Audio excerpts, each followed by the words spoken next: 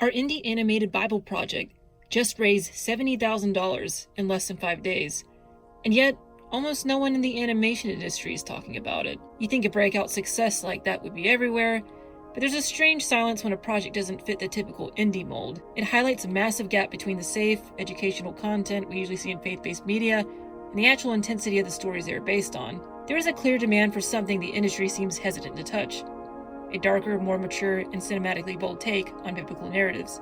There's an irony in the fact that while the general indie animation scene might look past us because of the subject matter, the traditional Christian media would often find this level of grit too much.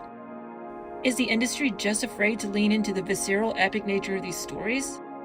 In our version of Genesis, we are covering the sweeping high-stakes era from Adam and Eve to the days of Noah. This isn't just a retelling, as an exploration of the beginning of the human struggle and the mounting tension of a world spiraling toward a global judgment. Beyond the core message of redemption, we are leaning heavily into the cosmology of the biblical world, the elements like the Nephilim and the spiritual intensity that many circles treat as weird taboo. We think it's okay for the Bible to get a little weird, because it was weird.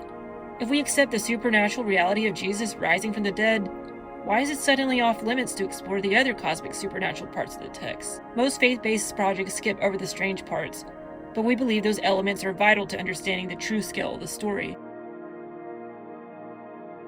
Think along the lines of Spider-Verse or Arcane, where 2D artistry meets cutting-edge technological execution. It's a look that rivals major studios, which sometimes leads to the critique that we aren't indie enough. No! No!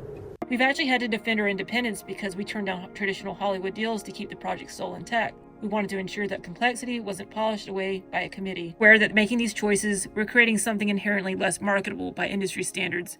Because it isn't kid-friendly, it doesn't fit the neat boxes distributors look for.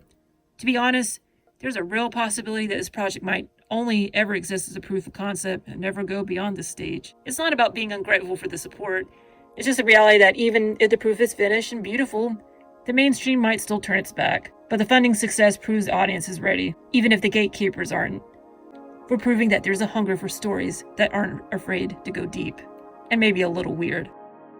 If this project does interest you in any way, and if you want to help support a different kind of indie animation, please go to our Kickstarter page and pledge your support. That means a lot and makes your voices loud and clear that there is potential for something like this out there to exist.